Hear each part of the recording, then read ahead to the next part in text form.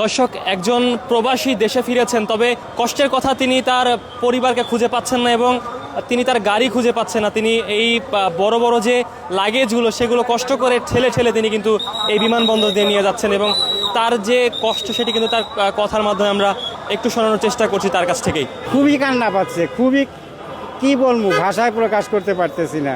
একদিকে তো অসুস্থ লোক আসছে দেশের বাড়ি চিকিৎসা করার জন্য, তারপরে এই পরিস্থিতি, দুঃখ লাগতেছে যে আমরা আইছি বাইরে থেকে, আজকে শখ করে একটা গাড়ি নিয়ে আসছে আর এই গাড়ি আমার এয়ারপোর্টের মধ্যে ঢুকতে দিল না। আমি এইভাবে ঠেলিয়ে ঠেলে নিতেছি, এতে তো আমার কাছে ওইটাই মনে হয় যে আমরা মনে হয় যে অপরাধী করছি। প্লেন থেকে নামছি, নামার পরে আমার গাড়ি আইছে, প্রাইভেট গাড়ি আইছে, সেই গাড়ি আমার মাল সামানা সহকারে আমাকে নিয়ে যাবে। এই উড়াউড়ি এই ইয়ার জন্য, এই লোকজনের জন্য এয়ারপোর্টে কোনো প্রাইভেট গাড়ি, আমাদের প্রাইভেট গাড়ি ঢুকতে দিচ্ছে না, আমাদের মতো যারা গাড়ি নিয়ে বাইরে থেকে আসছি।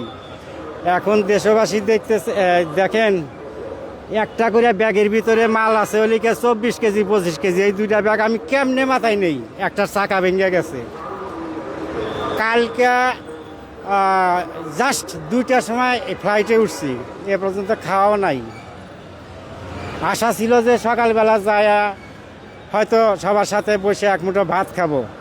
এখন আমার ফ্যামিলি যে আসছে, আমাদের বাচ্চা কাচ্চা আসছে, তারাও আমার কাছে ফিরতে পারতেছে না।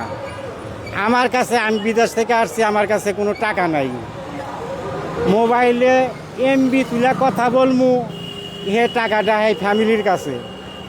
এখন তারা আমার কাছে আসতে পারতেছে না, আমিও তাদের কাছে এই জিনিসগুলো নিয়ে যাইতে পারতেছি না। লাস্ট পর্যায়ে সিদ্ধান্ত নিলাম যে এই মাল সামানা হয়তো মাথায় নিমু, আর নইলে রাস্তার ভিতর যেমন টেনে টুনে নিয়ে দেই। তারা কোথায় আছে আমি তাও বলতে পারতেছি না, তারা এখন কোথায় আছে আমি তাও বলতে পারতেছি না।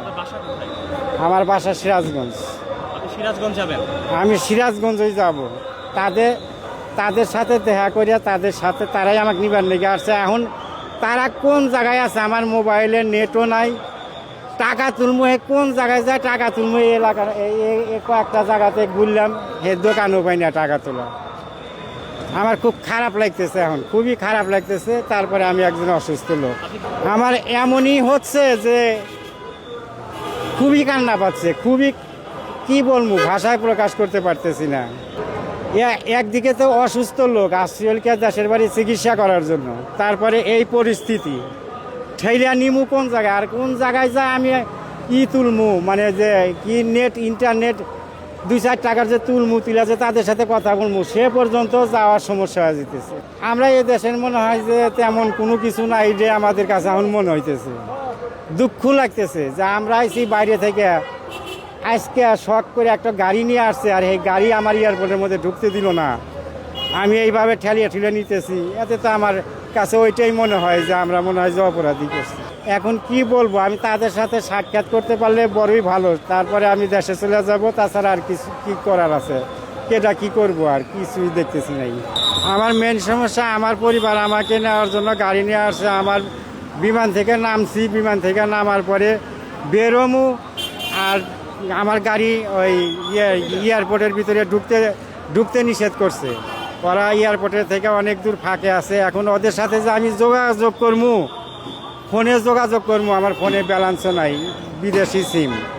এদিকে ওই যে ওয়ান টাইমে এয়ারপোর্টের ভিতরে ফোন আছে, ওইটাতে 2বার করে কথা বলছি, ওইটা দিয়ে তাকেও ঠিক মতো পাই নেই। খাওয়া দাওয়া করেছেন?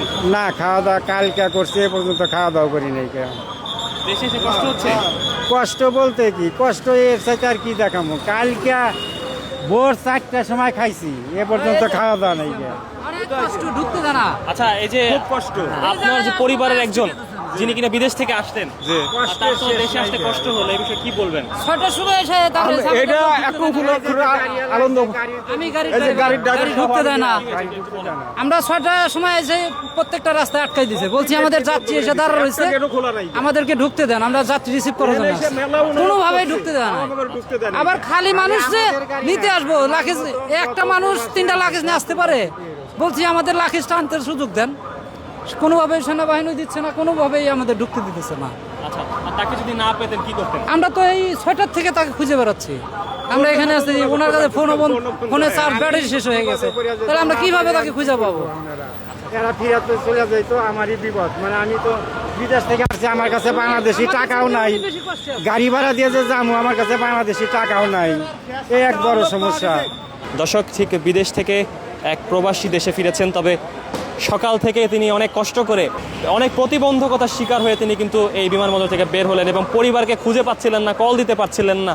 যেহেতু আজকে দেশে ফিরছেন বিএনপির ভারপ্রাপ্ত চেয়ারম্যান তারেক রহমান, এবং তার দেশে ফেরাকে কেন্দ্র করে কিন্তু এক নিরাপত্তার যে চাদর, ঠিক সেই চাদরের বেষ্টনীতে কিন্তু রয়েছে, এবং ঠিক সেই নিরাপত্তার কারণে কিন্তু পরিবারকে খুঁজে পেতে কষ্ট হচ্ছিল তার, এমনটাই জেনেছি। দর্শক, দেখানোর চেষ্টা করছিলাম দেশের পত্র থেকে।